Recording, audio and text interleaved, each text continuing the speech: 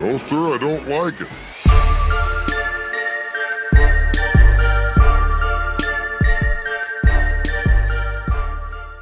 Okay, hello, welcome. No, sir, Pod, the podcast where we talk about shit we don't like with people we adore. Today is no exception. I am joined with an incredible comedian, an actress, a correspondent, author, NAACP Image Award winner, Dulce Sloan, Emmy. Uno cutthroat player, Emmy winner. Emmy winner. I'm Yes. sorry, I can't. The list is getting long now. Now you gotta have a scroll. You gotta have a scroll. Listen, I just want a young page to follow me. So, milady. Hi, Carmen. Hi. Hello. Oh, yes, her book, Hello Friends. Yes. Is People, I think, bought it. I yeah. don't know. Oh, good. All I know, I have not hit the threshold to start making royalties yet. Gotcha. Which I think was probably 15,000 books, which I thought I could have made. They don't tell you anything until you get a check. So, Oh. I was going to ask, but I was like, I don't think this is any of my business. But I got so busy, like I was supposed, like I was gonna mail people copies of the book, and I just have a bunch of them in my house. I was like, maybe I should do like not a sweepstakes. Oh my god, I'm so old. Sweepstakes. I'm never gonna do a fucking sweepstakes.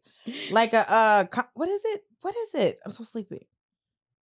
Like when people go, oh, we're having a raffle maybe online. Oh yeah. Or something like that. It's yeah. like, oh, you send me your three, like the first 3 people to comment or some shit like that. But yeah, I wrote a book. I think it's a raffle. Yeah. It's a raffle or something. Series of short stories. Yes. Mhm. Send me your firstborn. Yeah. And I will send you a book. I'll send the kid back too. But especially if it's a white kid, I can't even keep it. Because people are going to go, you watching that kid? Like, no, I got it in a raffle. Mm-hmm. Never mind. Never mind. Yeah. Never mind. The optics, it's just not worth it. The optics are crazy. It's crazy. You're trying to adopt a white child. That sounds insane. It's so expensive. I'm going to make a kid, I'll make my own. Yeah. That's what I want. Was to make my own. Make your own kid? Mm-hmm. Listen, I'm currently losing an egg, so somebody got to show up. I've been doing this shit for 30 years officially. I'm pretty sure all my eggs are broken. Nah. I think I've jostled them around too much. Nah. Too much play fighting, I think. Nah, that makes them tough. Just like me. Yeah, little tough guys. Oh, these kids now Yeah. are too soft. I saw an old playground. I was talking to somebody about old playgrounds, and I'm like, I think a lot of kids died, and I don't think we knew. Yeah, no, or definitely injured. Yeah, I think a lot of us were concussed. Mm-hmm. I think a lot of us didn't make it in some of these old playgrounds. Because I was like, metal slides? It was metal slides. And we had a tire playground where Yes. everything was. So even if you fell, it was, I guess their logic was like, it's not metal or concrete, so it's safe. But tires are hard as shit. Tires are hard as shit. Yeah. And I've definitely fallen on those fucking tires because they had a pyramid built of them. Or then they would do them where they would put, like, they'd cut them in half and it would look almost like a little dragon coming out of the ground. We had a dragon. And then if you tripped on that thing, your front teeth are gone, permanent or baby. So, like, because I think the thing we still always need is the merry-go-round that they would do. Yeah. There was definitely. I mean, you're flying off the thing if you do it right. If you do it right. I mean, but also if you got enough upper body strength, it's just the ride of your life. Because I had strong legs, so I was always I was always the one pushing. Oh yeah, because slamming everybody. Because you know the twiggy kid, you put him on it to see if you could throw him off. Right. So the smallest kid, you're like, all right, Bobby, hop on, get in. Let's see how far we can get you. Did you ever get around on a swing? Like all the way over? Yeah. There was always one kid at your school who was like, well, because I always thought it was a myth. I saw a kid do it.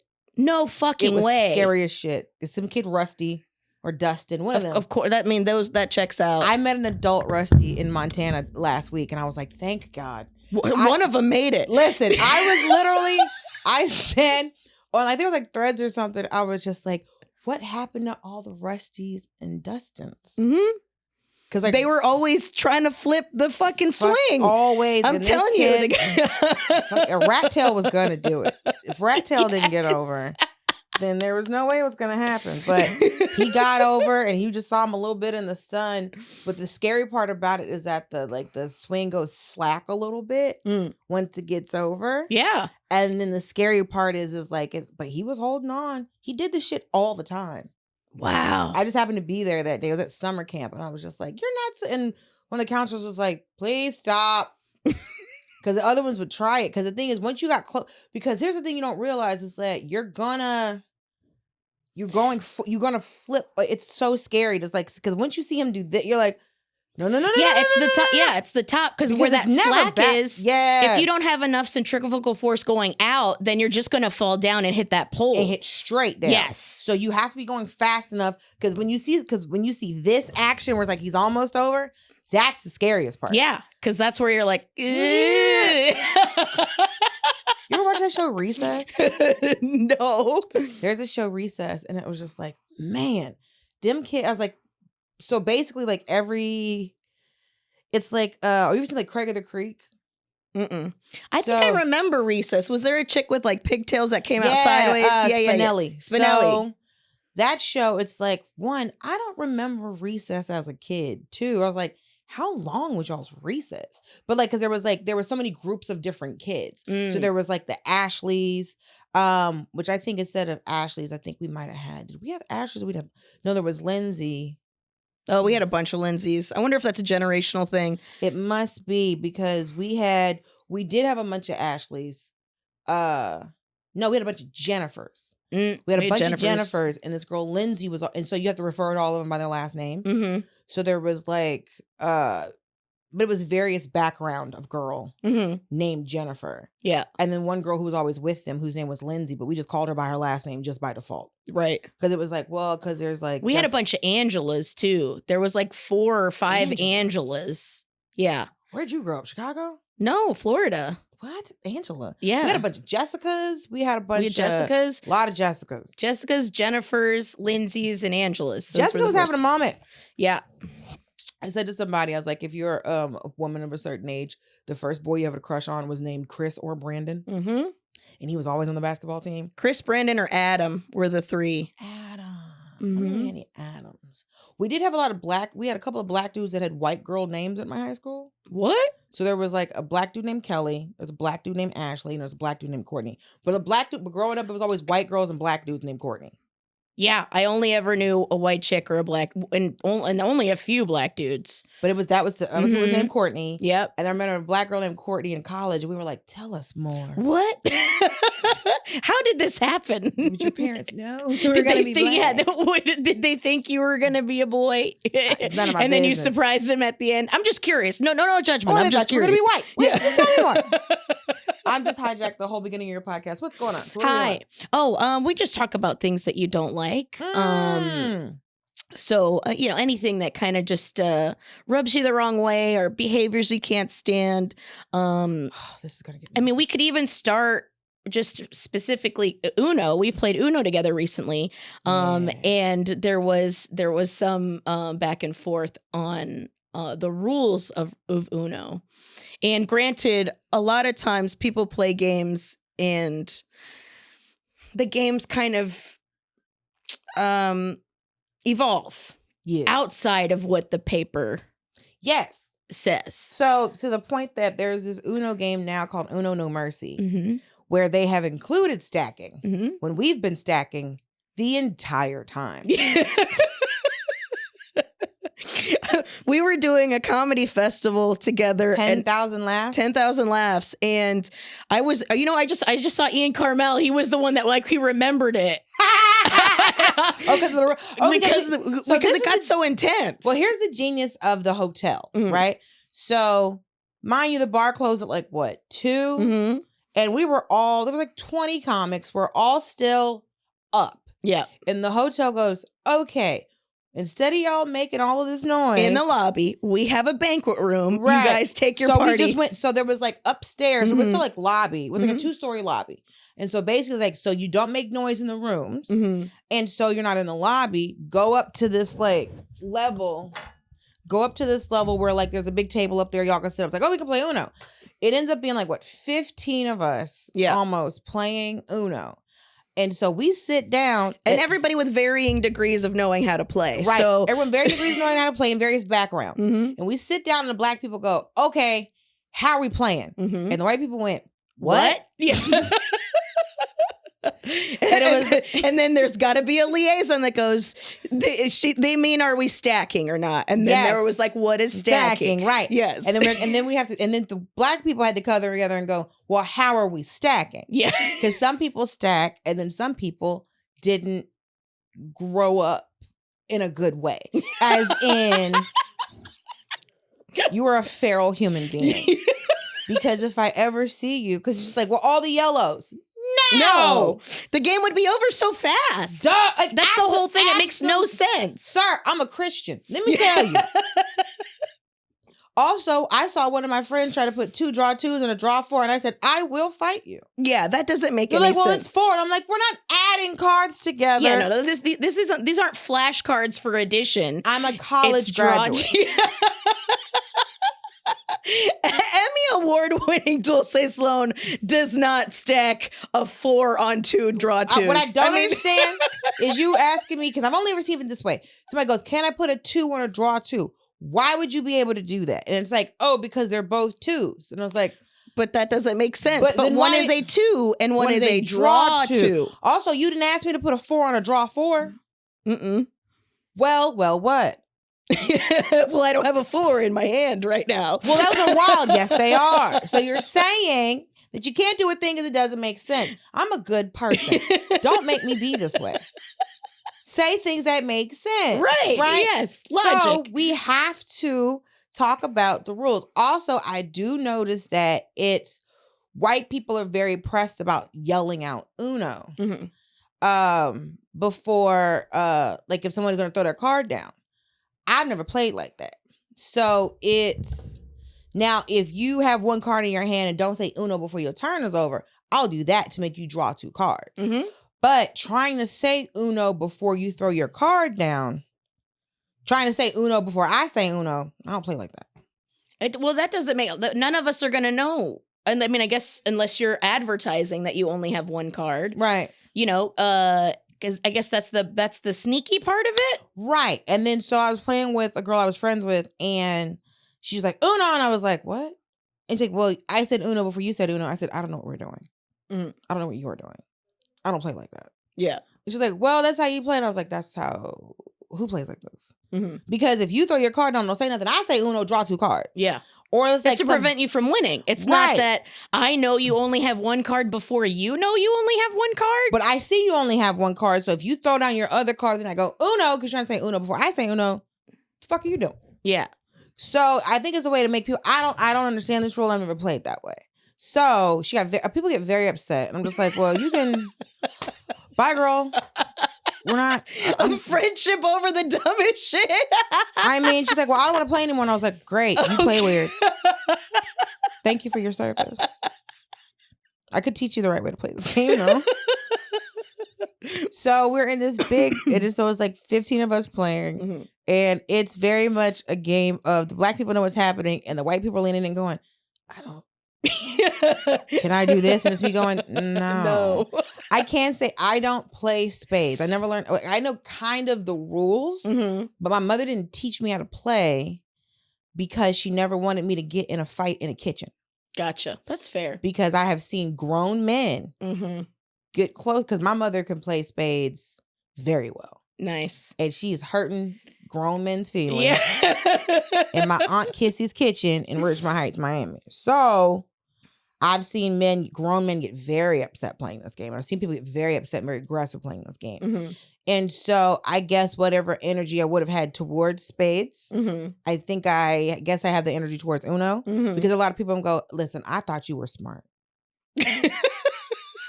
You're a very intelligent comic. Why do you think you can put a 2 on a draw 2? Aren't you a mother? Mother of 2, taxpayer. Man, you are married with a child. And you're going to look me in my face as an American and say these words to me? In any language, this is wrong. How many do you speak? I speak 2. I promise you. A dose on a no, dog. That's not how it goes. So yeah, one of these things is not like the other. It's and like, that's a fucking 2 on a draw 2. Them things I have to say. Fuck you mean? But that No Mercy game is fun because there's a draw 10, there's a draw 6, mm-hmm. but they do have a card where you can throw out all the reds in your hand or the blues in your hand.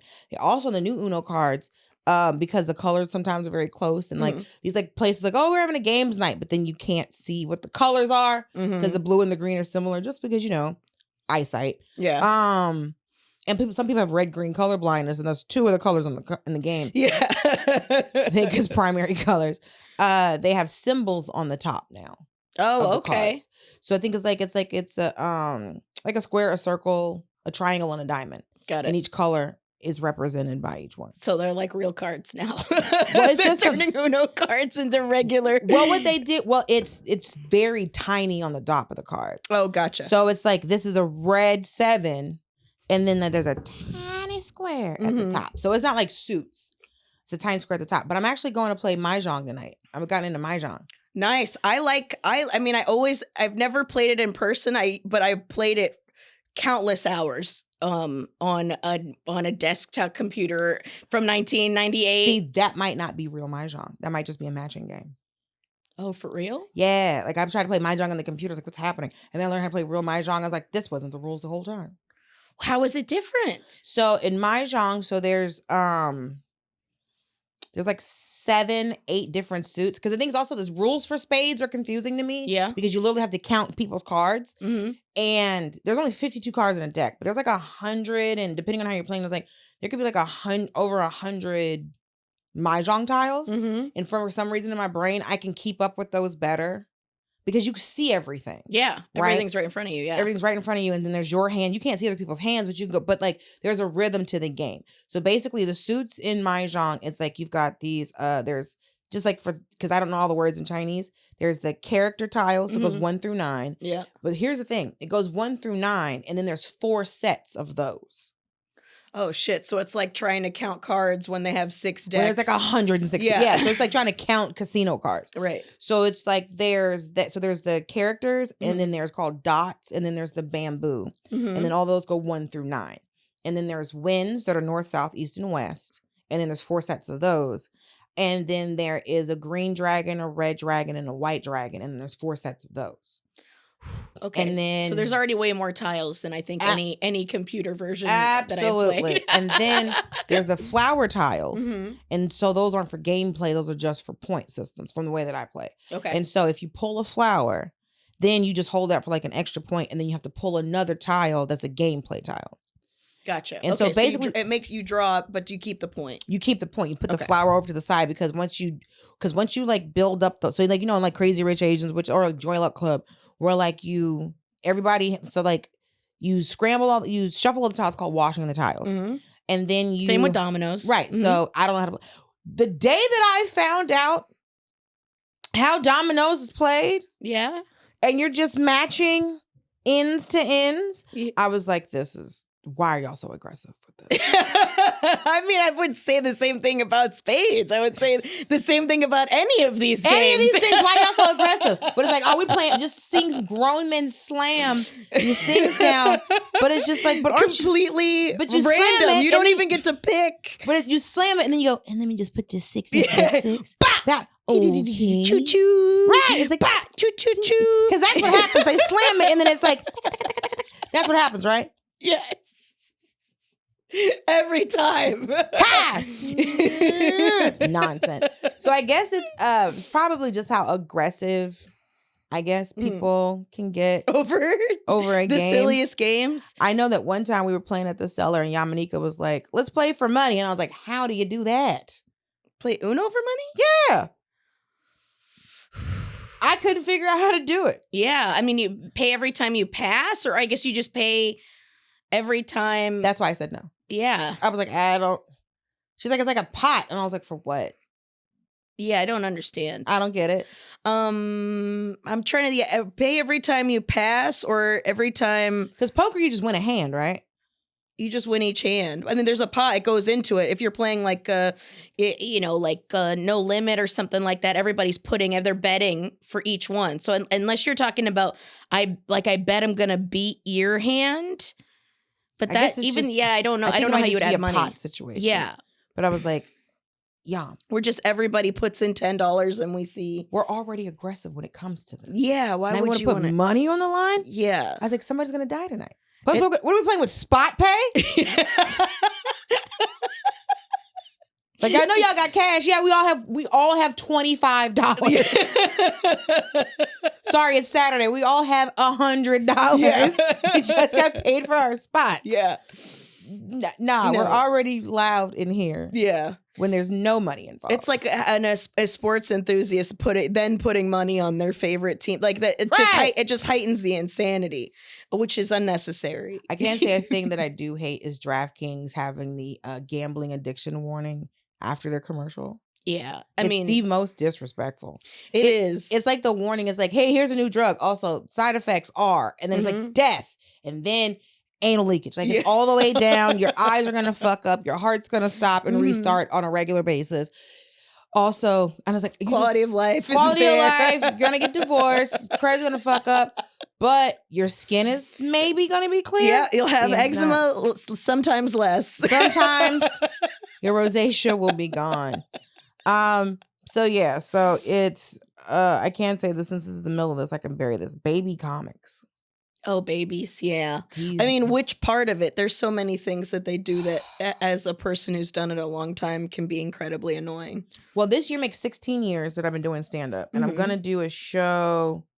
I have a show coming up. So like my comedy. So this year makes, March. So 2 weeks ago marked 10 years that I've been with my manager. Mm-hmm. And then, this year is 16 years since I've been doing stand-up. So I'm going to do like a Sweet 16 show at the store. Oh, that's great. So I have to figure out the lineup. And like Kim New Money was like, we need to do a photo shoot. I was like, absolutely. So I have to figure out some kind of like Sweet 16 kind of photo shoot. Because I didn't have it. Because like for my 30th birthday, I did the doble quinceañera. Because all my friends were like, because one of my friends I grew up with, his mom, he's Cuban. And she has 4 sons. And she's like, I didn't have a daughter. So I didn't have a chance to do a quince. So I was like, all right, well, Maria wants me to have a doble quinceañera, so I'm gonna give Maria what she wants. Did you have the chair and the I didn't have the chair, but I had like, because my friend was like, gonna do chamblades, and I was like, I don't know 60 people. I definitely don't know 30 women. So I went to a women's college, but I was just like, I can't ask. No, I'm not gonna It's a big ask. Hi, 30? Could you fly 30 people fly in for my birthday party at this bar in Atlanta? I'm really all right. Yeah. So I had like 5 friends that represented like 6 years of my life on each side. So my homeboy, he was doing it. And I had like because my mom's clearing out her house. And so she found like my quince dress, and I had my brother changed my shoes. I had the corona. I had the muñeca, and my mom made the doll. I made the dress for the doll and all of that. So I'm doing a Sweet 16 show, and I'm like, I'm gonna do it in the belly room because I was like, I don't think I can sell out the main room, and I'm gonna put this much pressure on myself. Why would you? I'd rather make it smaller, and it's also gonna be more fun. Right. I would rather it not be an issue where you're worrying about it when you already have so many other like, oh, I gotta sell 300 tickets to this thing to celebrate me being a comic. And then part of me is like, well, I should be able to get. And I was like, also, it's LA, so you don't know. Like in Atlanta, I could probably do this. Yeah. But here, it's like there's already so many other things to do, and it's like you don't know if somebody's doing a pop-up show down the street because Anderson .Paak's doing a fun. You Supreme never know. Came out with shoes. I don't know. Yeah. Supreme finally let us know what the point of their brand was. Although there is a skim store up the street, I'm telling you right now, I don't know which one of them kids I bought books for, but it was a couple of them. She got my money, Jack. Oh, she did. Oh, she did. She made magic happen. She has a bra. I have breasts. You see what I'm saying? Because it's like there's like boobs and these are breasts. You see, and she made a bra that just made them all like it wasn't. The fabric is nice. She came back with velour outfits. Those were at a bunch of those. There was because the tailoring, the cut, like the way they just cut things. She's a bad girl. I don't know where the fuck they got this fabric from. Wow. Because that cozy collection that they have, it makes you feel like you're wearing a teddy bear. And I knew it was good because they have a knockoff at Target. Oof. And I have not been in Target since this boycott started, and I promise you I've saved money. Yeah. Because I was never a Target girl, I was a Walmart girl. And then you walk in Target, I'm like, what the fuck did I spend $200 for? So that's how they get you. Bastards. I was like, is there an admission fee? I should have went to Disneyland. But yeah, baby comics, because it's very, I don't know if the internet's giving them unrealistic expectations of what their career should be, I or think they've each always had other. it, but They- now if I they- think they're seeing people Yeah. get a response. I mean, Yeah. like the example is that young comic that like got into a fight with a Trump supporter, and then she got like a late night set out of it because some Trump supporter like threw something at her or whatever, and she was like a baby comic, and then got I forgot her name. But she was a super young comic and then got into it with this Trump supporter while she was on stage. The clip went viral, and then she was like on late night the next night. And it was like she hadn't been doing it for She wasn't on Fallon though, was she? I don't remember which one it was. She's like, it's funny because like, well, I know all these bookers. Right. So I wonder what she was on. But it's like, I think. But I think, yeah, I think the clip thing is. Well, the clip thing, because it's like you've seen comics who you're like, who has 1 million followers? For sure. He has 1 million. Yeah. I've been watching him do stand up since I started. He has 1 million. Is my phone fucking with me? Is this my glasses on? What? But them clips, they go viral. You get followed, but it's like, but it's interesting because it's a machine. Because when they had the 60th birthday for the Improv, like I think the Hollywood Reporter interviewed me, and they're like, well, what's one of the great things for stand-up right now? I said, the internet, because it could give comics who weren't getting shine for whatever reason a platform, because it's a bottomless pit with a hungry toddler at the bottom. Yeah. That constantly needs things. And he said, what's one of the hardest things for comics right now? I said, the internet. The internet.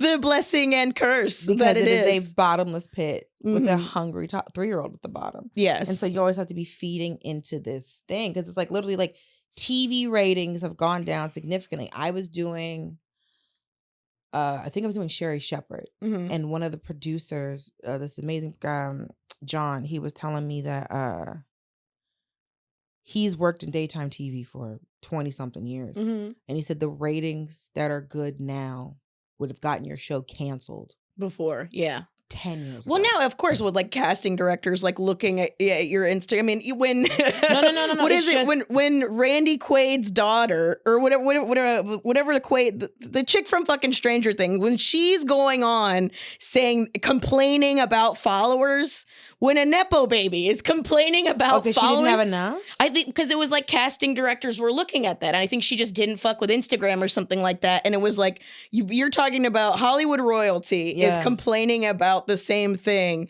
that we've all been complaining about. That's how you know it's like it's across the board annoying. Right, but it's like it's not, because casting directors are looking at it now. Now that's part of the like who they're casting and shit like that, as opposed to who's the most qualified. What's so funny to me is it's like all the things they bitch about with it, it's the same things that they always accuse affirmative action of being, or the fucking it's like, oh no, this is literally you getting something without having to be talented, right?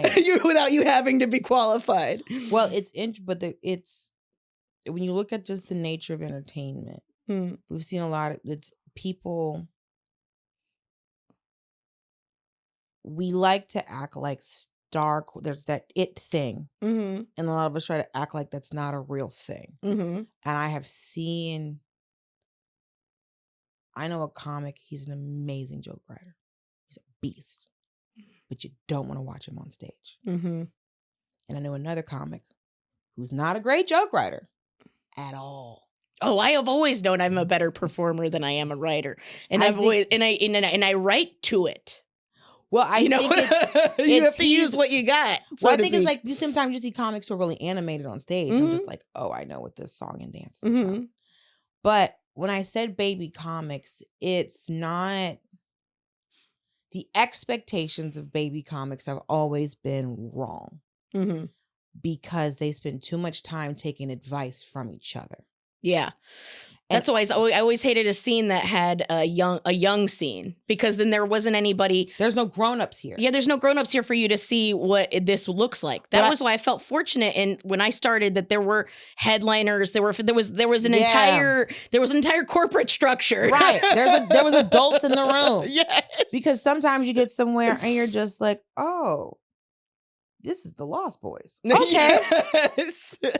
Or what their idea. This is the Lord of the fucking Flies. Yes. This is the Lord of the Flies. We're in trouble here. But what was also interesting is like I said to one of my friends, it's like, it's people who aren't doing a lot, especially in like our industry. It's you're talking about it because you're not doing it. Right? Yes. And so you have the people who are doing the least always have the most to talk about. But that's why I've never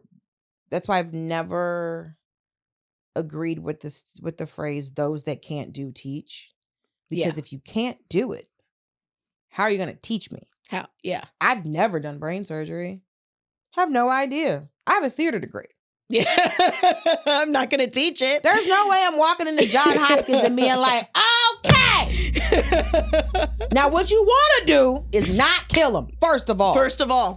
Off the top, don't murder him on the table. It's not murder. It was a medical procedure that they didn't make it through. Fair enough. Because they body. They did sign a waiver, so. You signed a waiver. This anesthesiologist is high. Good. You see what I'm saying? So it's like, when I started out, we were expected to watch comedy. Yes. Don't be talking to each other backstage. Also, people ask me, what's the biggest advice for baby comics? Get out of the green room. Yes. First of all, who let you fucking in here? Yeah. First of all, because then they always want to chime in, and it's you like want to chime in and you just go, this is a grown folks conversation. Let me tell you something. Just observe. Shut up. I will never be old enough to be in a conversation that my mother is having. Right? In the same fact that a girl I was friends with, her daughter, so mind you, my mom's talking to her mom. Me and her are talking. Her daughter pops up, right? And her daughter, she goes, hey, grown folks conversation. Mind you, I later go to say something to my mom, and my mom goes, hey, grown folks conversation. I said, oh, I'm never going to be old enough to be in my mother's conversation. Gotcha. The baby's never going to be old enough. So I was like, I don't know when she talks to her grandma, because I can't be in that conversation. Anyway, her little ass can say anything to grandma. You see what I'm saying? So it's just like, we were expected to sit down and watch and learn. Right? And so I started in 2009. So there wasn't all these stand-up videos to watch. There wasn't all these reference materials. You had to watch stand-up live. I had to watch stand-up live. I had to, when Comedy Central was still showing stand-up. Yes. You had to wait, you could watch stand-up there, but this was before. Friday night stand-up. That's what Friday night stand-up. So I remember watching Greer Barnes on Premium Blend when I was in high school. And I was like, this man is beautiful, first of all. Where is he? I was like, also those shoes sound very heavy. I didn't know about Timberlands. I was in Atlanta. Yeah. And then he's like, he's still wearing them and they're still heavy. Yeah. Like, he must have the strongest calves. But Greer Barnes first of all, Greer is like one of those comics that every comic should be watching. Him, Roy, Miss Pat. Oh my God, I love Miss Pat. And I said to somebody, I stumbled upon Miss Pat. It was like I had like a couple of off days in between me heading back to Chicago, and I stopped in Indy to do, and she was on the open mic, and I was like, where the fuck have you been? Where have you been? Because I have not seen anyone like you. I say all the time, Miss Pat, if more comics really studied comics like Miss Pat, because Miss Pat can perform anywhere. Same thing with Clayton. Anywhere. Clayton English and Miss Pat are two comics. You can put them in any room. Miss Pat can do Uptown, and she can do Bert Kreischer's tour. Yeah. Yes. And same thing and that's two very different places. Yeah. Miss Pat can do a sports bar in the south side of Chicago. Or Jokes and Notes, the Laugh Factory, the fucking same night. You see what I'm saying? Rosemont, all over the place. She's in Rosemont. She's everywhere, right? Yes. So she's at all your levities, and then she's at somebody's, and then she's at the Stardome. So like she's gonna, and I was like, more comics, more Black comics, I think need to watch Miss Pat. because it's the styles of stand-up. Because I was trying to explain to one of my friends, I was like, I do mainstream rooms, right? Because of the style of comedy that I do. She's like, but you're so funny. You should be. I was like, okay, we're in a space that you're not aware of. Yeah. It's not about me being funny. It's my style of comedy. Yeah. Right? And so what I want baby comics to learn is that, one, you do not have 15 minutes. That has been around though as long as there's been new comics. And I would tell you, they always think they have more time than they do. And I would tell you, I knew I didn't. Yeah. At first starting out. So did I. Right. And the other thing is, like, I remember being at a table with comics. I was at the Cellar and everybody was shitting on comedy classes. And here's the thing. You have to know your audience before you start polling the table. And some comics sitting there shitting on comedy classes and da-da-da. I think it's like my second year or third year Daily Show. And someone's like, oh, these comedy classes are so dumb. Da-da-da-da-da. Isn't that right, Dulce? Mind you, all the comics I'm sitting around, they're working comics, but I'm the comic who was talking, I was more successful than this comic. Got it. Right? And so he was like, comedy class are crap. And it's just, and I'm like, let me go drink my drink. I ain't eat my have my salad. I'm not involved in this conversation, right? It has nothing to do with me. You wrote me in. Yeah, they're bad, aren't they, Dulce? I took a comedy class. What? Yeah. You took a comedy? I said, because I wouldn't have started stand-up if I didn't take a comedy class. But I took a comedy class from Big Kenny Johnson, who was a working comic who was writing on shows and performing stand-up. Yeah. I didn't take a comedy class from somebody who wasn't a working comedian. Right. Like, I don't take dating advice from people who aren't married. Yeah.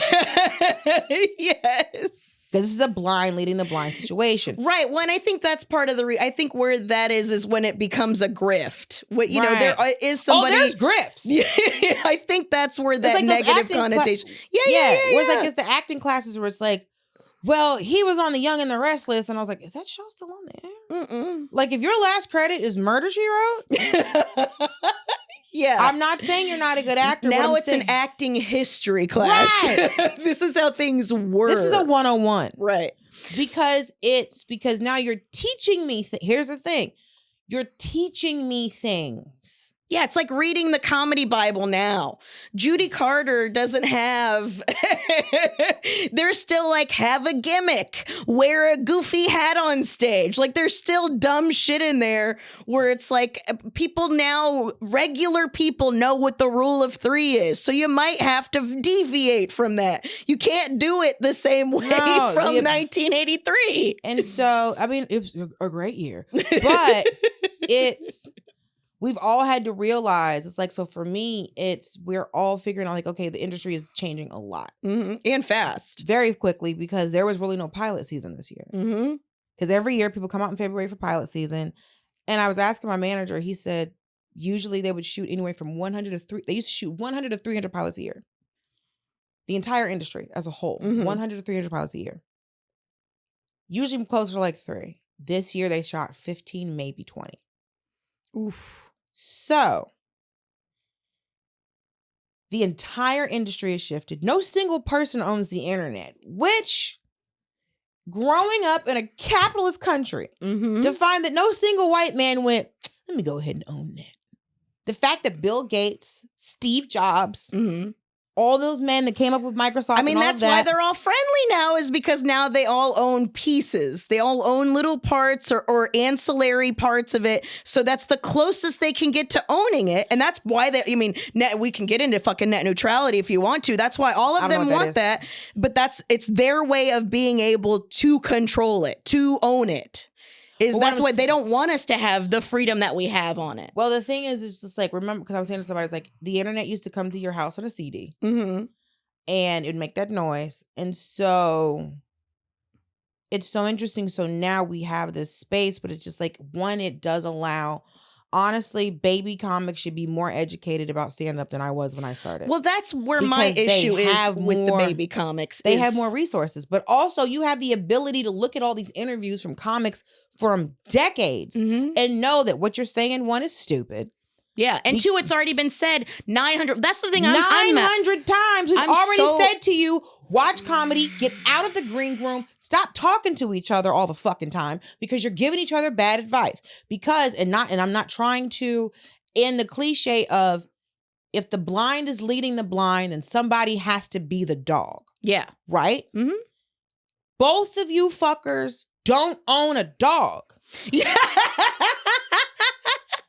But they're hacky. But they want to argue with you. It's just hacky as But fuck. you want to argue with me. So when I'm talking to some baby comic and they're like, it's like, oh, you're an open micer. Mhm. Well, I don't like that term. Why not? You're a fucking open micer. That's Where do you literally what perform you at? do. Open mics. Well, I think I'm a comedian. You're not. You're an open micer. Yeah. There are levels to this. Mm-hmm. You think you did stand up one time? I said on the internet one day, I was like, doing stand up one time does not make you a comic in the same way that me running down the street doesn't make me a track star. Yeah. And somebody was like, oh, you're gatekeeping. And I really went, I need you to know you don't know what gatekeeping is. How? What gatekeeping? All I said was, I'm not a professional singer if I'm doing karaoke. Yeah. You see what I'm saying? Yes. I'm not a professional chef if I'm making ramen at the house. Like the first time I saw a ramen restaurant, I was like, what is happening? But then I didn't know, but we didn't know. We didn't know. I didn't know. I always thought it came in a package. Maruchan. You see what I'm saying? Yes. And also we got really, it's like, hey, that pork flavored I'm Maruchan. sorry I grew up poor. I don't know. I didn't know it was a thing. Well, listen, I didn't grow up poor, but there was a ramen restaurant in Atlanta. No, there wasn't any ramen restaurants in Florida There was a either. ramen restaurant in the whole entire East Coast. Because as soon as we all saw one, we was like, what? Top ramen? Oh, this is a con. Yeah. We did not know that what we were given was the McDonald's version of someone's cuisine. We didn't fucking know. Which is the most American thing. Absolutely. When you find out respect. No respect. But the thing is like, but who sold it to who? You understand? Yeah, fair enough. Yeah. Did they go, I'm going to wrap these up?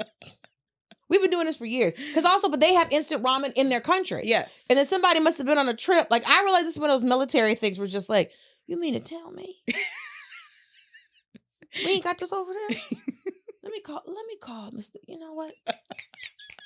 Let me call my boy over here. Mm-hmm. Because it's like in the same way, there's like people talk about Korean fried chicken. And then Alton Brown on one of those Food Network shows was like, yeah, black GIs brought the history of fried chicken from America to Korea. Mm-hmm. And that's where it came from. And the Koreans went, hold my beer. Yeah.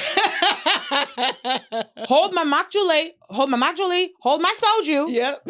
We're going to amp this up because by the time they brought it back to us, it was like, kamsamnida.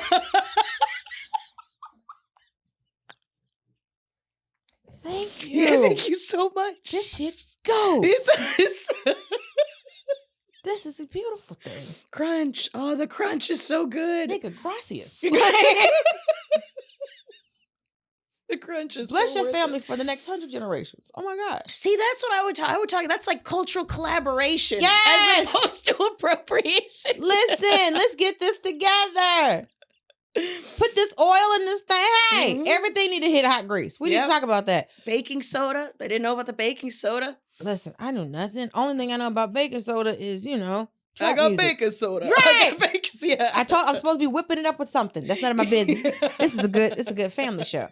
But yeah, I think they don't want to listen. And I don't remember them being as argumentative when we started. I can say the comics that push the baby comics that push back the most when they're asking, this is the thing. If you ask me for advice, listen. Don't then argue with me to show me what you know.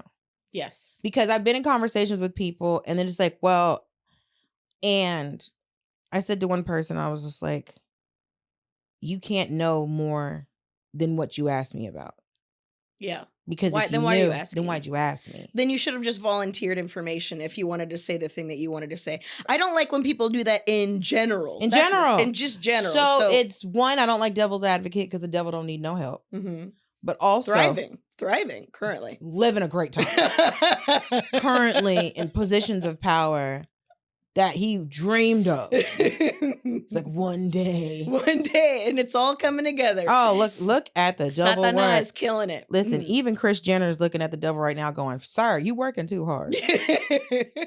I know the first time I saw The Devil Works Hard, but Kris Jenner works harder. I laughed for days. I was like, I mean, God bless her. But I've just never understood, because the ones that have, like I said, the ones doing the least have the most to say about it. Mm-hmm. And so if you're asking me, because there's plenty of things I don't know, and I have no problem saying that I don't know. Well, I think part of it is being willing to. I mean, it's a several part system. But we're all required right now to have an opinion on something. Sure. So it's like when you ask people, like, well, what are your views on this? Nobody wants to go, I don't know. I don't have enough information. So people ask, like, well, what do you think I wish more people would do that. I would respect that more than somebody the asked bullshit. about Ukraine. I'm like, I don't know. All I know is if you're minding your business and getting bombed, that's not good. Yeah. If you're sitting there just living your life and people are bombing your country, not great. I have a friend of mine that lives in the Ukraine, and he's doing shows in like tunnels and shit like that. He's a baby comic, but a good one. I mean, what a time to start stand-up. You know? Well, he's like a few years, so definitely started before this. It wasn't because here's the thing, we have to because it's like when baby comics is like less than 3 years. Mm-hmm. I was saying to Jeff Ross, because I was at the store, and I was talking about roast battle, and I was like, y'all are just fighting toddlers, right? And he said, what? I said, this is a daycare center in the hood. Mm-hmm. I said, because he was like, what? I said, these are all baby comics. And y'all just sicking them on each other. Y'all are fighting toddlers. And he was like, yeah. Because it was like roasting used to be, you were coming for somebody's neck in a way that was like, they've had this long storied career. Yeah, that was why it was an honor. That was why it was an honor. Like we were making fun of the person who it was worth making fun of. Look at all this whole life that you've lived. Now let me bust your balls. Yes, right. But now it's like, yeah, it's just you're fat. It's like, yeah, you're in a wheelchair. You're Mexican. And it's just like, okay. Yes. Okay. Yes. Okay. Yes, I am. Thank you for making the most basic observation. It was one of the things that turned me off. I mean, it's the same thing with like I'm not good at the Kill Tony stuff. And it's just so like, I don't know. I can't say the young man Cam with the rocks. Mm-hmm. Love him. He's the sweetest baby. Me too. And when my friends was like, so he's a Florida boy, so I knew him before he went out there. Love him. And it's interesting because it's like, one of my friends was like, oh, he's so hot. I was like, I'm literally old enough to be his mom. Yeah. I know my titties are older than him. I can't see him like that. I can't. I'm just like, I want to go. Every time I see him, I look at my purse like, you good? You hungry? You good?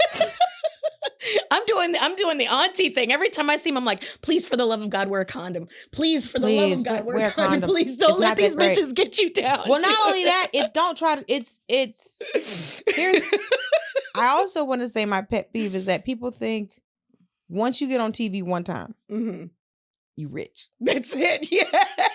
I'm doing well because I was on a television show for 7 years. Yeah. Dude, that shit happened to me. When I did my fucking 15 minutes on a buyout show, there was there's no residuals or anything. It was like, Don't Tell Her Something? No. It was Entrenos. It was basically Entrenos, but it was because on HBO. So it was a buyout. Yeah. So it was like, so you didn't even get residuals because it was a buyout. Residuals, no. Okay, let me explain something to y'all. When something is called a buyout, right? So that means you got paid one time. And that's it. And no matter, Entrenos could run 24 hours a day for the next 100 years. She will never get more money. Yeah, no. Mind you, I did something in 2012 and I got a 3-cent check for it a month ago. See, that's why wasn't I on TV in 2012? I could be getting my pennies. Why didn't you cry on television? I know. But it's the same. But I had like a lost uncle that was like he's like, estranged from the family because he's a piece of shit. But he was trying to hit me up for money. There was like people I went to high school with, and I was just like, what are you talking? It was like $6,000. Here's the thing. And I had to spend $1,000 of it on travel, and you know what I'm saying? It was like an outfit. Yeah. You know? I think my stylist styled you for that. Yeah, Kat. I love her. She's great. She's great. She's amazing. She's done all my Emmy stuff. I just got new headshots done because I had new headshots since 2016. And my manager was like, okay. And I'm like, all right. So Kim New Money did my headshots. And we love Kim. She's done all my nail photos that I've been doing online. Because I came up with this silly thing. Because, I post pictures of my nails. And I was like, what's the next level of this? And I was like, oh, we should do like a nail shoot. And then people are like, and then Kat and Kim are like, probably be better if your face was in them because it's you. And I was like, sustained. And so we did all these different themed ones. But yeah, it's oh no, I love him. There's always a rugged man as a backdrop. It's very Milton, fun. aka Slice Boogie. He is a professional wrestler. We're gonna try to go see Milton one day. But I think there was a shift in like 2010, 2011. It was around like 24, like when the alt bubble popped. Yeah. So around like 2014, 2015, when the industry was like, no more white dudes. Yeah. No more white dudes. We're tired. What? I mean, that's probably why I got into those. Is that we had 2 years where they were like, Latinos, yay! Y'all do pop up every once in a while. It's like year 2000. He's like, because it's always a white and black. There's always an argument of white and black, and then it's like an Asian for a couple years, an Indian for a couple years. Yeah, it's like we get spurts. Well, I had a conversation with Ali Wong one day. And it was so interesting because I think that's just when she was pregnant with maybe her first daughter. This was after she had the baby. And I think she'd come to do Daily Show because it's funny because I met her at the Emmys one time. She's like, we've never met. I said, I opened for you in Atlanta one time. And she was like, I was like, for a weekend. She said, girl, I said, this was 2012. Please do not feel bad about it. And she was like, oh. And I was like, no. Because she had one of my favorite jokes about talking about being in her period and just wanting to lay flat on her back. Like, that's all you want to do when you're in your bed. Be horizontal. Is just and you can't because you're going to destroy every layer of fabric below you. But she was talking about how, because she's an amazing comic. I remember seeing her going, this bitch is a beast. And it's like, for y'all that don't know, that's a huge compliment from comics. Like, oh, this bitch is a beast. Like Deborah DeGiovanni. The number of when I moved here, the number of people were like, I'm not going after her. Because I was like, why does she always last on shows? Because nobody wants to go after her. She just won like an award or something in Canada because she's amazing. I saw her on a billboard, I think, when I was in Canada. But she's such a fucking beast, dude. Yeah. And it's like Ali Wong was saying that some white comic, I think she said it in an interview too, but she was talking to me about it. And some white dude comic was like, well, you're doing well because, like, you're pregnant and you're Asian. And she was like, what? Those are actually 2 strikes against you in this industry. What the fuck are you talking about? And so he was like, well, you're just getting, he's like, so what I love right now, and that's why everything happening politically right now is because it's equality feels like you're being left out and you're being pushed out if you're the one that was always on top. Yeah. So that's why I've had white dude comics hem me up and just be like, oh, it's so hard for white dudes right now. And I was like, no, we're not doing this. We're not doing this. Watch your mouth talking to me. Yeah. No. And they're like, I'm not the person to lament to. I'm not the one to take. And I was like, why are you talking to me about this? And he's just like, there's another white boy comic like, well, he's such a nice guy. And I was like, 1, why aren't you defending me in this situation? 2, why aren't you getting him the fuck out of my face? Because I was like, why did you think this? I was like, I am glad it's hard for you right now. I'm very glad. I'm very glad. So why did you say that? It's like, I thought you would understand. I was like, what I understand is I watched. Here's the thing. I said, white men will always be okay. Always.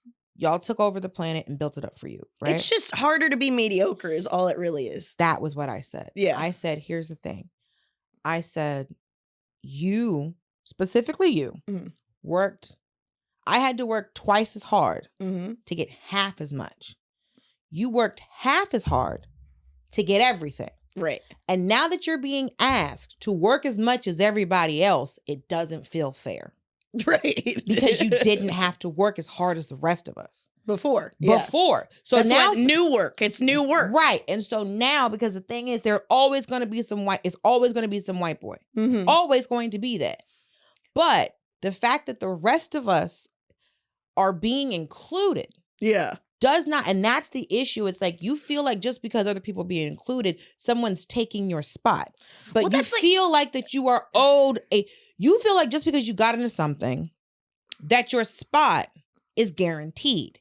And if you don't get that spot, That's the mentality that's fucked up. It's the same thing when people are like, they're taking our rights away, and it's like there's no finite amount of rights. Also, whose rights are you talking about? I don't know. I still haven't been able to figure this out. It's like they're taking our rights. What all they did was go, hey, maybe a woman shouldn't die in childbirth.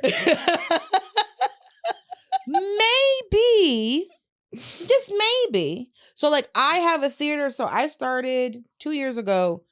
I started a minority scholarship for theater students at the college that I graduated from. Mm-hmm. Right?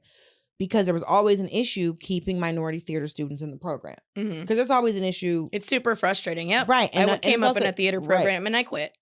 And they tried to get me to quit. But I was like, I got a full ride, you goofy bitch. I'm not leaving Bernal University. Mm-hmm. I'm the most successful graduate of that theater program ever in the history of the theater program. And because my professor wrote me off my freshman year, he couldn't claim my success. Right. So there were students who didn't know I went there. Mm-hmm. And so in 2020, when everybody was having their reckoning, and so they had this Zoom call, alums and current staff hit me up to be on the call. It didn't tell my theater professor I was going to be there. Ooh. So they introduced me and he turned his camera off. Oh, I bet. Oh, yeah, I wrote about it in my book. Which you can purchase everywhere, called Hello Friends. Yes, Hello Friends. You can purchase everywhere. And so what was interesting is that I saw that he was treating the Black students at the time were being, because I got on the call and there was like a bunch of them were like, why didn't we know she went here? Mm-hmm. Why didn't I know she graduated from here? And I found out how they were treating them. And so when I was 18 years old, I checked my theater professor. And then at 36 years old, I had to check my theater professor. And I was like, I'm not doing this another 18 years. Mm-hmm. Yeah, why would you? Because he basically like retired, right? Mm-hmm. And so I start this theater program and I start this theater scholarship. Now, mind you, this isn't a foundation. This is a scholarship. Yeah. So this is my money that I earned. Yeah, it's not a funnel through some fund for, Because I haven't gotten to foundation level yet. Mm-hmm. So it's not a 501c3. Mm-hmm. It's because it's a private university. So it's a privately funded scholarship, which means that because of state and federal laws, I can't personally pick the students who get it because it's the thing that Lori Loughlin got in trouble for with all the colleges and shit. Oh, yeah. Something like that. Because it's almost like you're bribing. It's not bribing in school, but it's like, it's funky, right? So I got, I came up with the board. So one of my friends who graduated from school, and then another comic who's a theater major, and then a friend of mine who's just, who's another comic, right? So I've got like a theater, a comic, and then theater comic, right? So all in the middle. And so we look at their application. So their application is like their GPA, a written application, and then an audition. And so we have to watch all of these things, and then we have to score everything because you have to be able to evaluate and valuate. They're like, well, this because these white kids will come up and go, like that girl that sued one of those Texas universities because she didn't get in.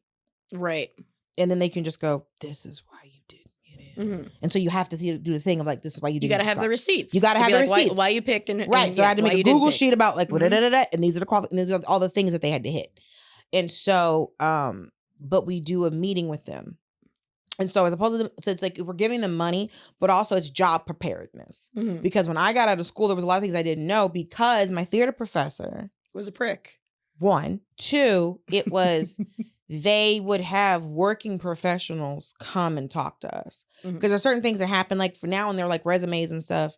It's like you're putting the name of the director of the thing. And I'm like, why is the director of this? Yeah, I don't know. Why is their name on your resume? Yeah.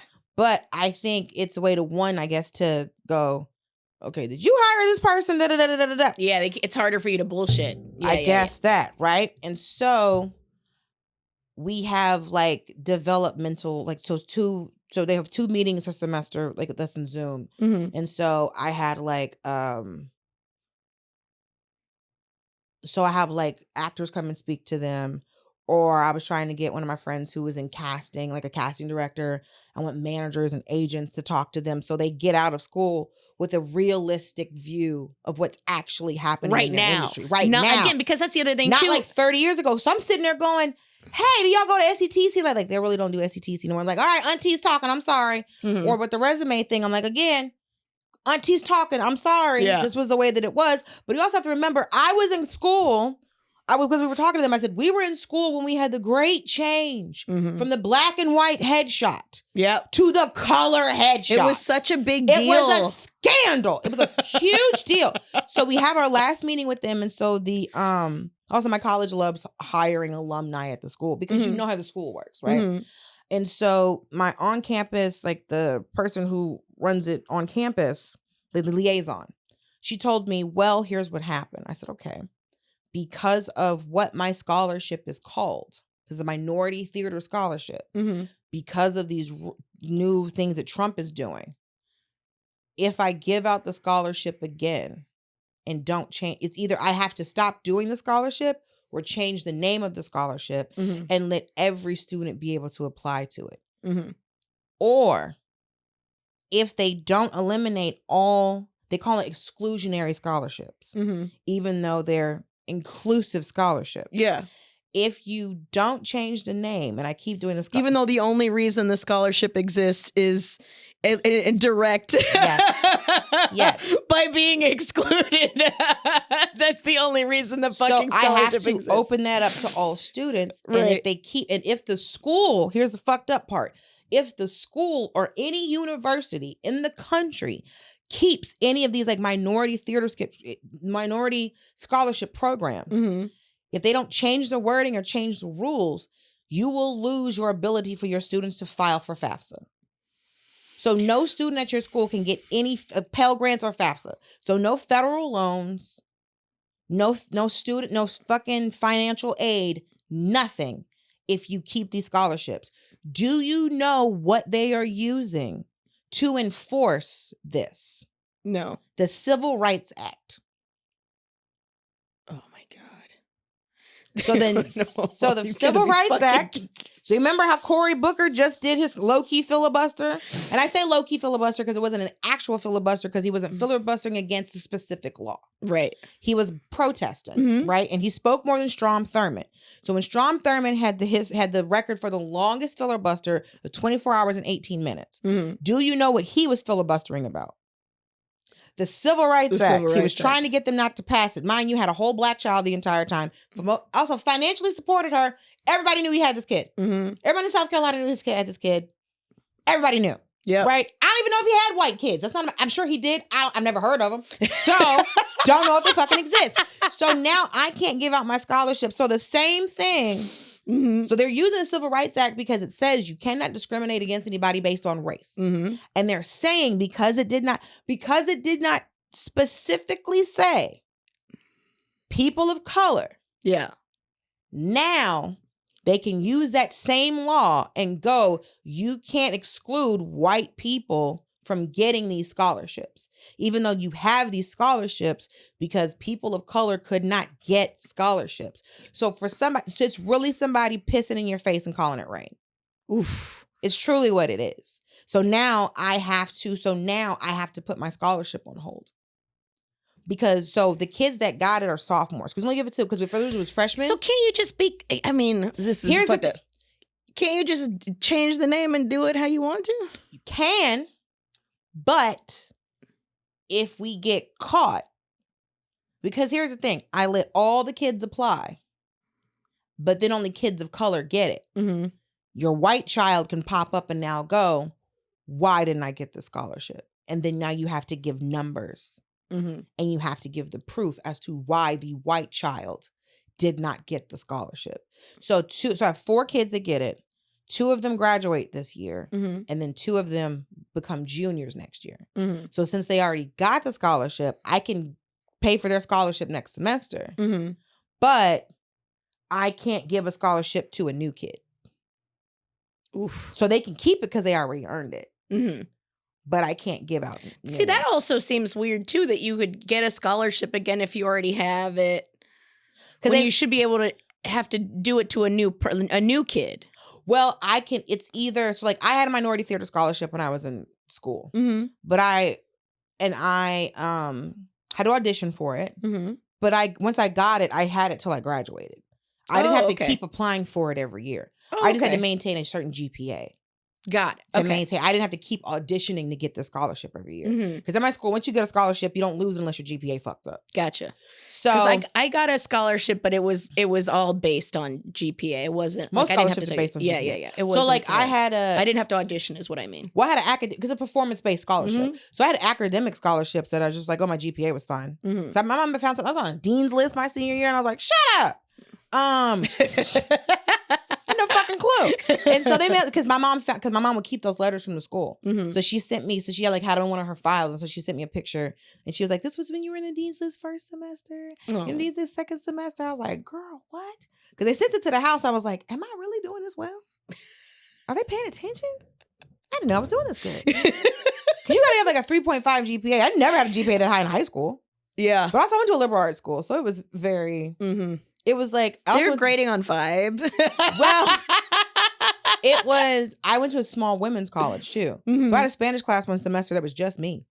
Oh wow! Yeah, me and Dr. Demiaker just hanging out, And I was a Spanish minor. But here's a fucked up thing: when you start your minor, they don't tell you that the last class to finish your minor is in Spain. Ooh, nice. I'm about to go, so I'm biased. I love it. Yeah. Here's the thing. One, I didn't know that. 2, they were like, you could apply for a loan. I said, I didn't have to get a loan to get out of college. I'm not getting a loan for a minor? Trip? Yeah, no, get out of here. It's not done, but I still speak Spanish. Look at God. Every job I ever had coming out of school was because I spoke Spanish. Gracias a llamar por la energy. Mi nombre es Dulce. ¿Cómo le puedo asistir? I will help you pay your light bill. I'll tell you, I can't turn your lights back on. No, señora, no podemos ayudarte. Perdón, pero no podemos. Señorita, por favor. Lo siento. Señora, discúlpame, pero no podemos hacer nada. Tiene que pagar el bill. Pero soy una vieja, ayúdame. Señora, no podemos hacer nada. Ese es un número. Si necesita asistencia, llama a ellos porque no podemos So wait, hacer have nada. You been to Spain since? No. Oh, why? Why'd you say it like that? Because I'm not finishing that minor. I just meant in general. Oh, no. Just because. I thought you were asking if I went to Spain to finish this minor. You just came back from London. Nah, bro, I'm 41. It's over, Jack. I know the Spanish. Gracias. Also, they speak different shit. I speak Mexican Spanish. I speak a colonized Spanish. I didn't go. It's just that. That's all. Not a bisa. Gracias por llamar. I'll bite my fucking tongue off. But no, that was like, so the thing that I hate right now is like, I can't help my kids. Because it's like, because one of the girls, I could cry. One of the girls that got it, because it's like, she was saying that, so like I did a book signing at the school. And it's so funny because like I came to the school, did a book signing, and so it was like basically, and so I sat down and talked with them beforehand. I got to talk to them like about me being there and like when I was in school. And so I was like, oh, and so the school, like the school store bought a bunch of the books, right? And they're like, well, there was like probably like 40, 50 kids in there. And they were like, well, who wants to get the book? And then half of them raised their hand. They said, who's going to get the book? And like half of them raised their hand. I said, and then I went, who wants to get the book but can't afford to get it? And the other half of the room raised their hand. And I was like, you're all getting books. So I bought it was like 40 kids in there. I bought 40 copies of my own book and then signed them for everybody. Right. And it was funny because I was talking to Tiffany Haddish afterwards. And I was like, I just had to buy 40 copies of my own book for a book signing. She's like, do you know how many copies of my book I've had to buy to give to people? Yeah. And I was also really proud about it because I did talk about like being in school in the book and having to like kind of stick up for myself against teachers and my professors and all of that. But one of the girls who came, because it's a women's college, but the theater program and the nursing program were co-ed. And now the school's more co-ed than it was. And they don't tell the alums because it'll make us all mad. But they're like, no, there's still the women's college. Because I didn't have a class with any boys. Oh, like none at all? Unless it was a theater class, no. Okay. So theater class was the boy. That was the theater class and the nursing program were the only programs on campus that were co-ed. Mm-hmm. So if you weren't in the theater program or the nursing program, you went 4 years and didn't have a single boy in your class. Okay. Because women's colleges are actually are very beneficial to women because. Man, you think that's gonna fuck that up too? Absolutely. Yeah, it could. It absolutely could, because I was like, because also HBCUs. There's nothing that says I know we used to know this. We knew this Asian Alpha. No, he was a Sigma, because Asian Alpha was at Georgia State. There's an Asian Sigma over at like Clark who was on a full ride. Mm-hmm. And there was this white boy who used to go to, there was a white boy that went to Morehouse who one year was a valedictorian. And they said the alums were pissed. They were like, what did y'all do? Like, we didn't know he was doing so good in school. We didn't knock the books out of his hand. We had no idea that this white boy was doing so well. They said the alums were pissed. My homeboy graduated with him, and he was like, we didn't know. We didn't know this white boy was doing so well. We had a full ride. And so one of the girls came up to me who got the scholarship. She just won it for her senior year. Mm-hmm. And she said that because she got she was applying to get a loan. Mm-hmm. Because the last bit of money she needed was this. She needed like a couple $1,000 more, and she was going to apply for a loan. Mm-hmm. And she said because she got my scholarship, she didn't have to get a loan. Oof, yeah, that's a game changer. And so that's student loan. Oh my God! So she's telling me, I'm crying. Tracy, who I went to school with, who is the liaison from the school who helps run the scholarship of the school. Mm-hmm. I'm crying. She's crying. Mm-hmm. The little girl, Bella, who got the scholarship, she's crying. Everybody fucking crying at this book signing because my scholarship's the reason that she didn't have to go into debt. Yeah. And I was just like, this is why I did this. Mm-hmm. And so now it's upsetting to me that you can't fucking do that again. Do it. Yeah, that's fucking. Because I either have to try to skirt around the rules of this fucking thing. Yeah, you have to break the rules in order to fucking do it the way you want to. Which could cost the university. Yeah. Like if we're caught, mm-hmm. then the school can lose their ability to give anybody financial aid. Yeah. So I'm like, I said, I have 2 kids that still get it. They'll continue to get it. Because with the way stuff is going, who knows what's going to happen? Yeah. Because this shit can all get struck down in court. Yeah, truly. I mean, it's only... but it's like, are they going to... It's fucking April. Right. It's been a night. Because it's like, are they going to make HBCUs stop? Mm-hmm. Does Spelman have to go co-ed? Does Morehouse have to go co-ed? You see what I'm saying? Mm-hmm. All of these schools that were created because they could not go to PWIs. Yeah. Predominantly white institutions, mm-hmm. because they could not get into those schools because by law they were not allowed to go to these schools. Mm-hmm. And now it's like, well, it's the idea of all of this is crazy because it's just like, well, we don't get this scholarship. There's 1,000 other scholarships for you. Yeah. There's so many more scholarships. There's federally funded ones. There's federally funded scholarships. It's not some lady who's you just have to have a good GPA. That's fucking all it requires. Or, because I know one year they lived in a batch of girls and we're like, who the fuck let these girls in? The GPAs were trash. Yeah. And a lot of them were on financial aid or had a lot of loans. But but even the loan system, when you think about it, it's like, why are we letting 18-year-olds get in $100,000 of debt? That's in shit. That's the shit. That's like super predatory to me. I hope Sally Mae burns in fucking hell. Everybody that's ever. Also, these hackers who are stealing money from, go to Sally Mae and just move a decimal point. Just move a decimal point on everybody's I don't know what code that needs to be. Because Tone Bell had a great joke about how once he paid off his student loans, he would call Sally Mae every day. Because, I remember he overpaid them, and then he would call them and ask them when he was expected to get his money back. 57 cents or whatever. And he was just like, you don't have to call every day. He said, no. You called me every day. Every day for years. So you could have talked to me. Talk to you tomorrow. I'll talk to you tomorrow. Bye-bye. So, girl, and it's all criminal. Mm-hmm. And the thing that's the most, I guess the last thing that I'll say that bothers me is that to grow up in a country and to really watch white people not understand what happens in this country is truly frustrating. Yeah. Do you know the amount of white people I had to explain unemployment to one day? Like during COVID or even before that? Like people getting all like people getting laid off. They're just like words or concepts. You could just get it. It was either that you could just get unemployment, or you could just I'm having all these conversations about tariffs and all this other shit. Or they would refuse to get. I was on a shoot one time and I was on unemployment at the time, so it was the only reason I was able to do the shoot because I didn't have nothing to do all day in a fucking job. And he was like, and one of the guys on the shoot, he was like, "You're getting unemployment? That's a handout." I said, "Unemployment is not a handout." I said, "You know what you're missing when you say unemployment?" He said, "What?" I said, "The word insurance."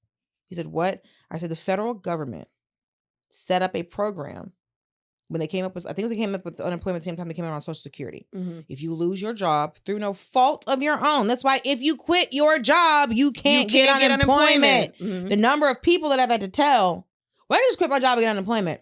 No, that's not how it works. You have to lose your job. You have to be let go. You have to be let go, laid off. There's no work available. That's why when you work at a temp agency, if there's no work available, you can file for unemployment. Mm-hmm. And so I had to explain this to a grown man who had been working his entire life. And I was like, unemployment insurance was set up. So I said, so when you pay your taxes, when you have a job, a W-2 job, I said, every time you would get paid, there was a line on that thing that took money out of your check and put it into a bank account the government set up for you. Mm-hmm. And then your employer had to match it. He said, what? I said, what? How do you think if they figure out how much you get? I said, there's a coffer that all this money, I said, every job you've ever had that was a 1099 job, you're on your own. Every W-2 job you've ever had, mm-hmm. there's a line when it breaks down. I think it's the SEEOC line, I think is what it is. Mm-hmm. But if you go down the line of all the little taxes and shit they take out of your check, one of those is unemployment. Yeah. And they put it and it's attached to your social security number and is, boom, put to the side for you, and your employer has to match that. That's why having employees is expensive. But he had no idea. And I was like, he's like, oh, I got laid off. I don't know what I'm going to do. I was like, go get unemployment. That's a handout. I said, that is 100% your money that you earned. Yeah, you already I'm getting my money back. You're getting your money back because the government did that so you don't get on public assistance. Yeah. The government did that so you're not filing for food stamps. So you can pay for yourself even when you're not working. Because they didn't want to give you the money. The fuck? That's why it's called unemployment insurance. That's why every week you had to tell them. Because everybody drops the insurance. The insurance is what makes it make sense. Yes, because the government was like, we cannot. It was the Great Depression. No one had a job. Mm-hmm. In 2008, when that recession hit and everybody was out of work, they had to do federal unemployment because everybody had deplenished their coffers. Mm-hmm. And then the government had to come through and then put more money in. And then that deplenished and they were like, we give the rest of it to the billionaires. Sorry. We give the rest of it to bail out the businesses. And so it's so interesting because it's just like, I just never could understand, like, I don't understand the destruction of other human beings. That's what I don't get. Yeah. I don't understand the idea that other people have to suffer for you to be rich. Yeah, I mean, that is one thing I've enjoyed about this tirade that Burr has been going on is like, why, what do you want? What do you want that you don't already have? But also... But because at a certain point, you can't make X amount of money without oppressing someone. There is a cost cutting corners to the point where somebody's not getting paid well. Or getting paid a living wage. Well, that's why I've never understood why the talent doesn't have to be paid. Yeah, I mean, who you fucking telling? Yeah, I know. I've never understood. Yeah. Why the talent, like the number of times I've heard comics tell me doing shows and they didn't need a promoter. Like that joke on Atlanta, Mhm. where like the promoter kept literally sliding back into the walls. Yep. The place is packed because Paperboy packed it out. Yep. And he couldn't get paid. Where's my motherfucking... Where's my money? So I've had comics go, the promoter was like, hey man, we didn't make it. He's like, there's niggas standing up eating wings. Mm-hmm. There's nowhere to sit. You cannot tell me you did not make the money when there's so many people in here. People are grown men in Stacey Adams shoes. Caution to the wind. Are dipping wings in the blue cheese or ranch. He's standing up, eating wings. There's no space in here for anybody to sit down. Yeah. The wait staff can't move. Everybody's mad. There's no drinks. The show is amazing. It's crazy in here. Mm-hmm. You can't look me in my face and tell me, bruh. It's like, he said, promoter went to this whole song and dance. We ain't got it. He's like, there's a million people in here. And this was his response. He was like, well, we got to pay everybody. He's like, but you ain't got to pay me. You ain't got to pay all the comics. Well, with the venue and da-da-da-da. He said, all right, cool. I'll be back. He's like, what? He's like, going to the trunk. All he said was, that's cool. I'm going to the trunk. He said, what? He didn't say it again. Mm-mm. He said, the promoter went, now hold on, young blood. That's right. No, I'm going to the trunk. Give me my motherfucking money. Because my name and my face on a flyer is the reason that a grown man is eating wings standing up. That there's some bitch teetering an apple martini. But see, that's at the end of the day, that's why I don't know that the top part of this industry would like me in it, because I very much agree with the Nina Simone approach. I will bring a gun into this executive office and you will give me my motherfucking money. Just like I've done it with a dive bar. I don't give a fuck. You're paying me. I'll never come here again. Yeah. I'll burn this bridge, but you're paying me for the fucking services I provided. Well, and so that's what I've never understood, the idea of not paying people. But you have to understand, they just assume that we'll just take it because we don't want to not ever work again. It's all that shit, because the fear is instilled. So that's what I'm saying is like, now that's why I can say, talking to the students that I have on scholarship now. And so me and my friend Ebony, my daughter, we were saying how proud we are of them. Mm-hmm. Because there's a lot of stuff that this generation is not putting up with. Which I love. They shit on that generation, but I love that they're like, nah, I just don't want to participate. No, I'm not doing this with you motherfuckers. No. Nope. I'm not. No interest. And I was like, and I love, because one of them asked a question at the end of our session last week. And he was just like, basically the question was like, how do I stay who I am in the midst of being in this industry? And I was like, we never would have thought of that question. Because the industry shaped who you were. It wasn't the other way around. Mm-hmm. You weren't trying to be any particular person or thing because what was happening, because we've been sold what you do is who you are as a person. Right. That's literally how we got last names. Yeah. Anybody who was a Smith was based off of a job. We got last names. There were so many humans. We're like, okay, fuck, we need another category. we gotta start categorizing this somewhere. We got first names. There's too many of them. There's too many of us. Now I gotta go. Which one? Which one? It's 147 bins in here. I gotta know which bin I'm talking to. We need another name. Mm-hmm. So now the last names, Bakers was literally Bakers. Mm-hmm. You see what I'm saying? Yep. So one of my friends, his last name was Whitaker. It was Whiteacre. So you was either where you lived, Hill. Yep. My mother's last name is Hill because somebody lives on a fucking hill. You see what I'm saying? Yeah. Turner. Maybe you flip shit. I don't know. Yeah. So Smith. Killer pancakes. Killer pancakes. Also great in bed. You see what I'm saying? Mm-hmm. So it was just like all these Smiths. It used to be probably blacksmith. And they're like, we don't need that part. We ain't blacksmiths in 100 years. Fuck, we're just Smiths now.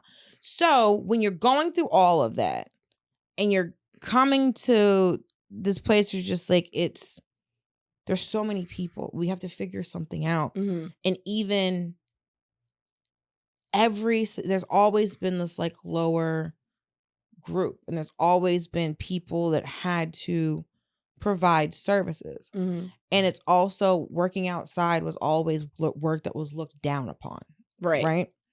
Until you get one generation out. So your grandpa worked outside, but then it made your family rich. Mhm. So now your dad gets to talk shit because your grandpa. Wasn't that the thing they always say about wealth? It's like one generation makes the money for the next generation to spend it or Yeah, whatever. the generational wealth. That's why by the time you get to grandkids, you lose your money. Yeah. Because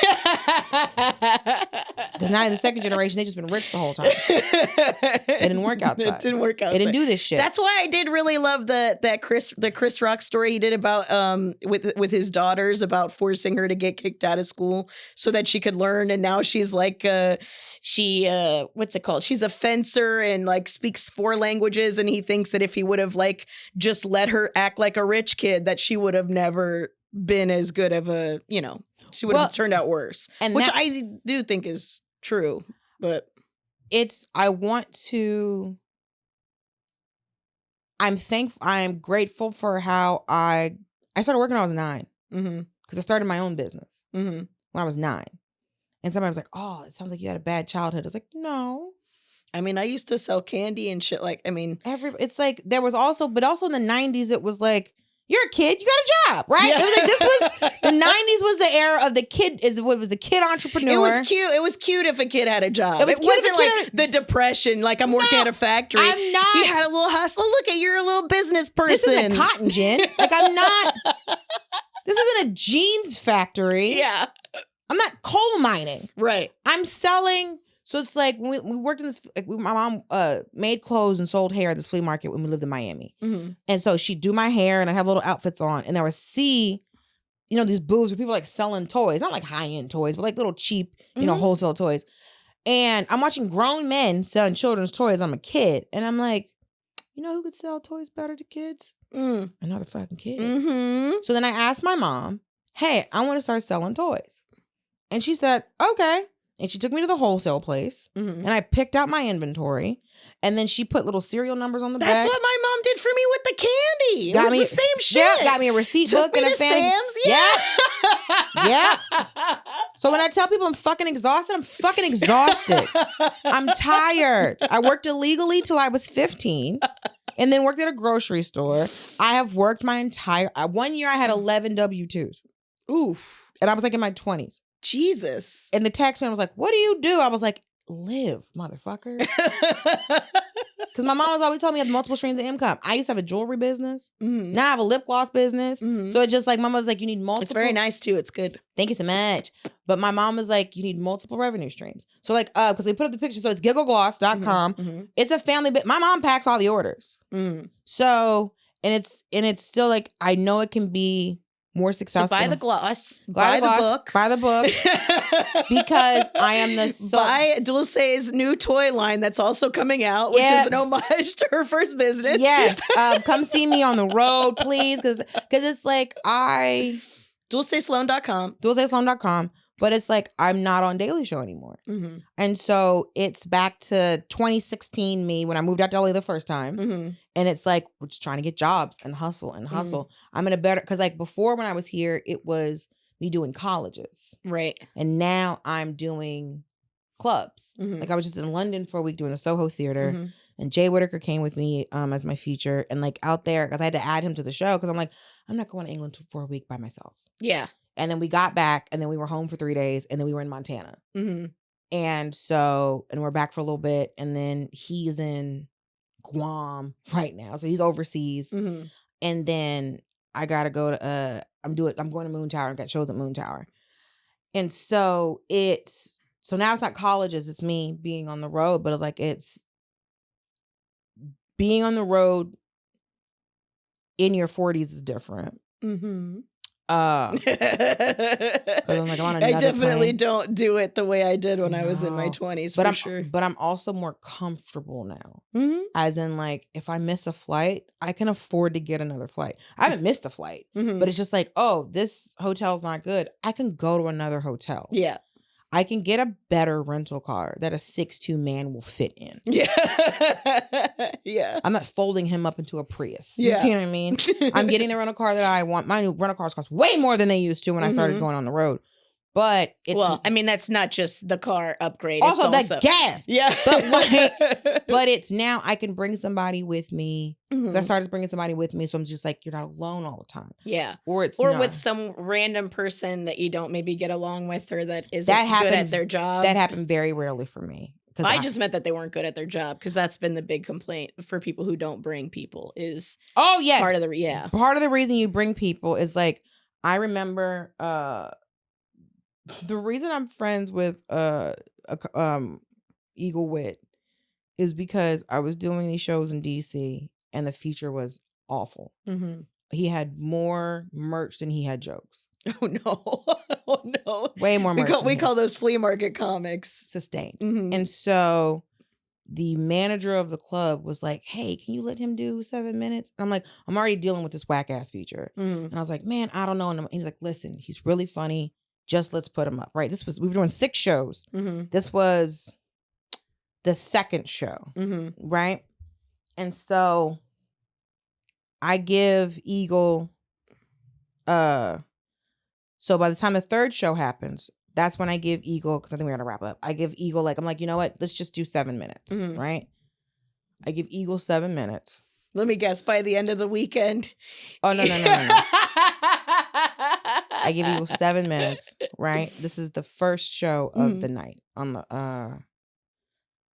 so it's like I had one show. So Thursday, so probably Friday, the Friday early show. So this was the Saturday, the Friday early show, Friday late show.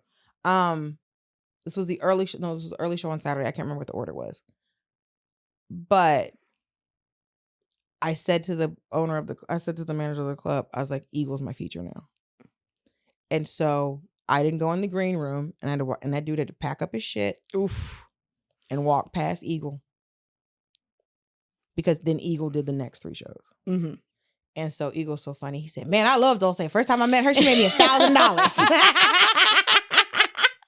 Because when I tell you I was so happy to kick that, I cannot.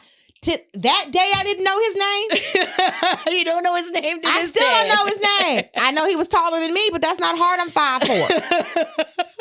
But Eagle was like, "Thank you." But he did his thing. Mm-hmm. On that was the it was like, we're 6 shows. Mm-hmm. He performed on the 3rd show. Mm-hmm. 4, 5, and 6. Eagle was, or I think it was like 2 shows or something like that. But the show was better. I bet you the vibe was immaculate. So much better. So it's just like, I love seeing newer comics take an opportunity. Mm-hmm. And I love giving opportunities to newer comics. Mm-hmm. But I'm going to give you an opportunity because you earned an opportunity. Yeah. And I think right now people want things they didn't earn. Yeah. Because it's so many people live in a place of deserve. And I've never lived in a place of deserve because was always battered into me. Yeah. And working at 9, starting a business at 9, it makes sense. Right. And so it's and then starting stand up in 2009. You know what I mean? Like I was past at a club and I still wouldn't go in the green room. Mm-hmm. And the comics were like, you're past here, you need to come. And I was like, well, this, and they're like, come in the green room because you earned it. Yeah. Right. And so there's a lot of deserve.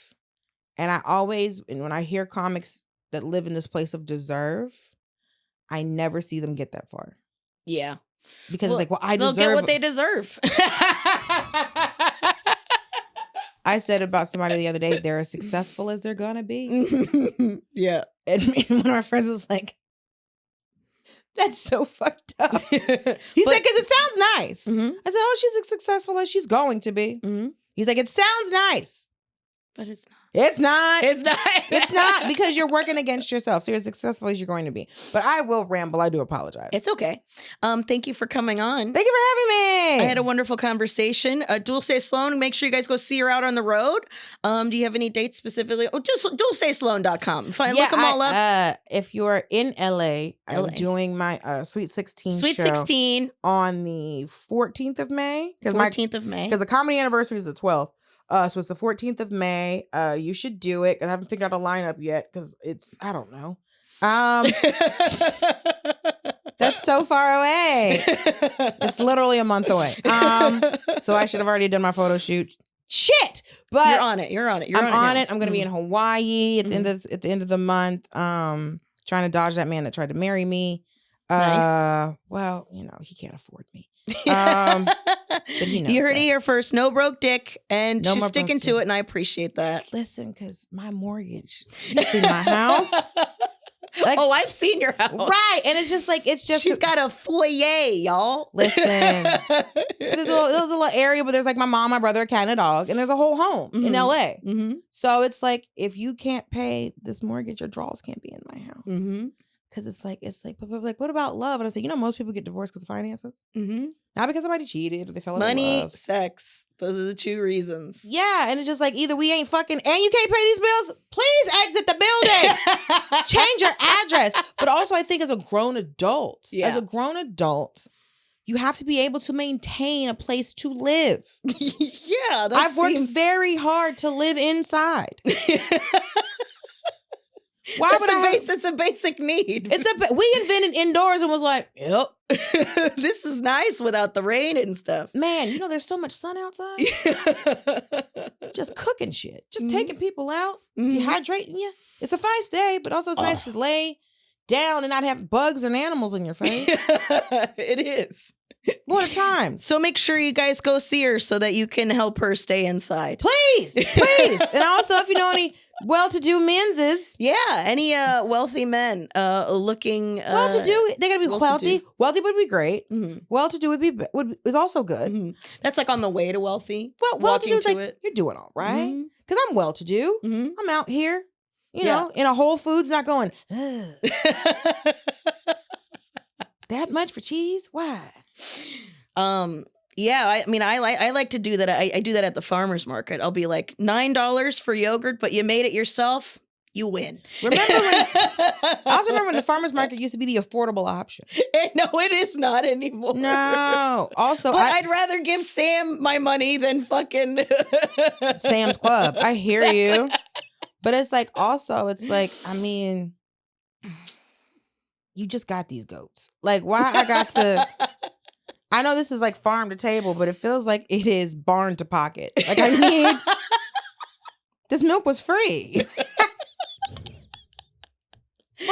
Why do you make the cost so high? Listen, No, but I get it. Distribution. Mm-hmm. You got this, but all your advertising get off of Vistaprint. Don't play with me.